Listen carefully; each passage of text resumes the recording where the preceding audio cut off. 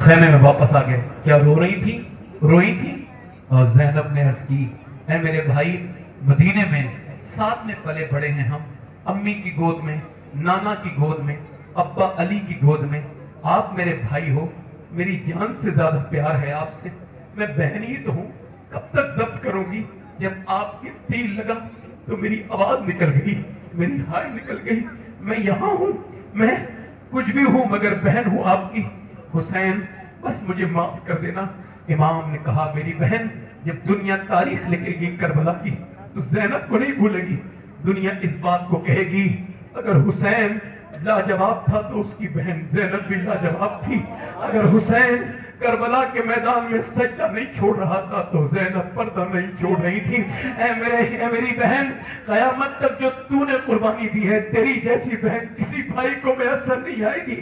تو نے اپنے بچے سب کچھ میرے لیے قربان کی ہے، مگر میری زینب ایک بات کا خیال رکھنا کہ میں نانا کا دین بچانے آیا تھا. میری زینب چیخنا چلانا نہیں، رونا نہیں. تو نبی پاک کی نواسی ہے، تو مولا علی کی بیٹی ہے، تو نے فاطمہ کی گود میں تربیت پائی ہے. میری بہن رونا نہیں، ابھی تو صرف تیر لگا ہے تیرے بھائی کے، جب لاش پر گھوڑے بھی دوڑیں گے. یہ کہہ کے حسین نے فرمایا نانا کی حدیث ہے کہ عورت کی آواز بھی عورت ہے. اگر یہ حدیث آج ہر بھائی اپنی بہن کو بتا دیتا تو کسی کی بہن غیر مسلم کے گھر میں نہ گئی ہوتی.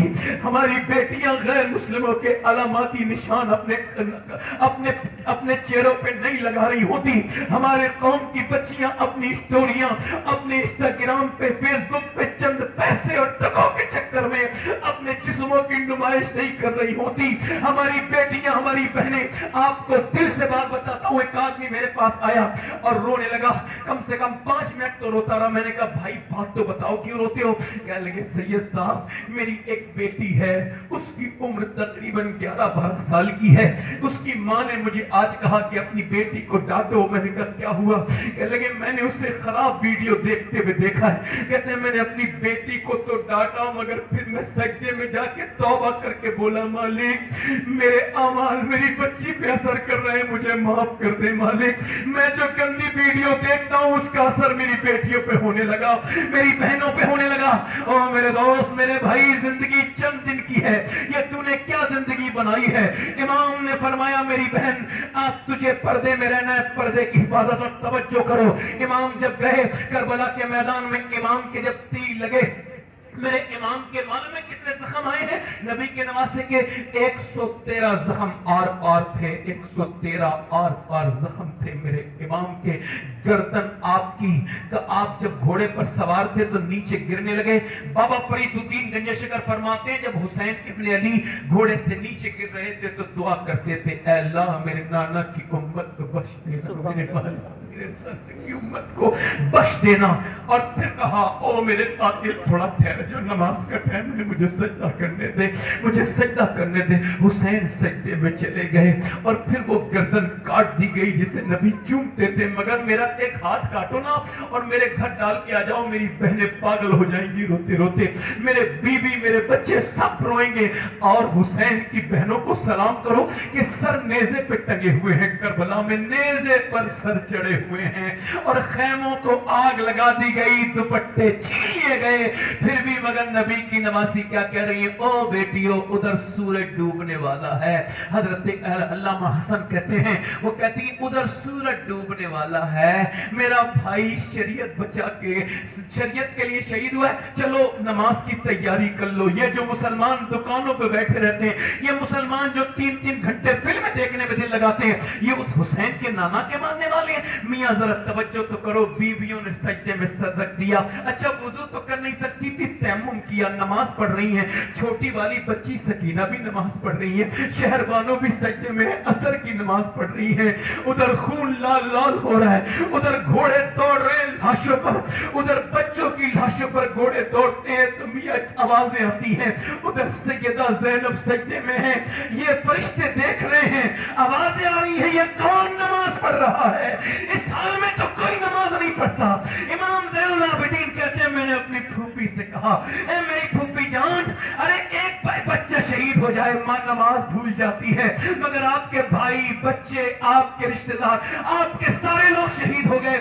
آپ نے 5000 کلومیٹر کا سفر کیا، مگر میری پھوپھی جان کبھی آپ کی تہجد کی نماز خدا ہوتے نہیں دیکھی۔ اے میری پھوپھی جان یہ کہاں سے سیکھا؟ تو فرمانے لگی میرے زین العابدین اور کس سے سیکھتی؟ اپنی ماں فاطمہ سے سیکھا ہے سجدہ کرنا، اپنے نانا مصطفیٰ سے سیکھا ہے۔ اللہ کے رسول کی نوازی 15 سال تک کربلا کے پاس حیات نہیں، مگر میں اپنی بیٹیوں سے گزارش کرتا ہوں دیکھو تمہارے پاس سب سے قیمتی چیز تمہاری حیا ہے، اسے ختم نہ ہونے دو، تمہارا پردہ ہے اسے ختم نہ ہونے دو۔ تم کسی لائق نہیں بچو گی جب تک تمہارے حسن میں اس کو دلچسپی ہوگی، وہ تم سے دلچسپی رکھے گا، مگر پھر یہ حسن ختم، پھر قیامت شروع تمہاری۔ سنو مولا امام حسین فرماتے ہیں جو فتن کے دور میں، یعنی جب برقع اوڑھنے والی کا مذاق بنایا جائے شادیوں میں، اس دور میں اگر کوئی اللہ کی بندی شادی میں برقع اوڑھ کے جائے، پردہ کر کے جائے، تو فرماتے ہیں اس کا یہ پردہ میدان جہاد میں تلوار چلانے سے افضل ہے۔ یہ پردہ کرنے والی عورت میرے بھائیوں، امام زین العابدین کی بہن سیدہ زینب یہ کتنے دن تک رہی؟ یہ تقریباً 15 سال تک رہی، مگر کبھی کسی نے چہرہ تو دیکھو برقعے نے بھی ان کو نہیں دیکھا۔ ان کا وہ جو پڑوسی ہے نعیم، وہ بیان کرتے ہیں کہ میں نے ان کو دیکھا 15 سال میرے پڑوس میں نہیں، مگر کبھی میں نے انہیں پردے میں بھی نہیں دیکھا، یعنی جاتے ہی نہیں دیکھا، نکلتے ہی نہیں دیکھا۔ کہتے ہیں جب ان کے انتقال کا وقت قریب آیا، عبداللہ ابن جعفر ان کے شوہر تھے، وہ کہا ایک چہرہ دیکھنا چاہتا ہے کہ وہ کہتا ہے بغیر دیکھے وہ علاج نہیں کرے گا۔ کہنے لگے شریعت اجازت دیتی ہے، دکھا دو زینب چہرہ۔ وہ انسٹاگرام پہ ناچنے والی ہو، وہ ویڈیو بنانے والی ہو، اور شادیوں میں پتہ رہنے والی ہو کہ کربلا کی زینب کا یہ پیغام تم سینے میں اپنی رکھ سکتی ہو تو سنو۔ انہوں نے کہا میں نہیں دکھاؤں گی چہرہ۔ کیوں نہیں دکھائیں گے آپ؟ کہ اس وجہ سے اس شریعت میں تو اجازت ہے، مگر میں نانا کی آخری نواسی ہوں، میں مصطفیٰ کی بیٹی ہوں، میں نانا کی نواسی ہوں، میرا باپ علی ہے، میرا ایک بھائی حسن ہے، ایک حسین ہے۔ اگر میں نے آج منہ کھول لیا تو قیامت تک آنے والی بچیوں کا کیا ہوگا؟ وہ ہاتھ جوڑ رہا ہوں، تم پردے میں رہو، تمہارے بچے بھی نیک بنیں گے، تم سجدے میں سر جھکاؤ۔ اور آخری بات میری یہی ہے، میں نے اپنے ہاتھوں سے قاری صاحب اپنے باپ کو قبر میں رکھا ہے۔ ابھی 1.5 سال ہوا ہے کہ قاری صاحب میرے ساتھ میں تھے، میں مدینہ شریف جا رہا تھا، یہ بھی اسی فلائٹ میں تھے قاری صاحب۔ تو پھر میری والدہ کا انتقال کا فون آیا، میں فلائٹ واپس آئی رنوے سے، میں واپس گیا، اپنی ماں کو میں نے دیکھا۔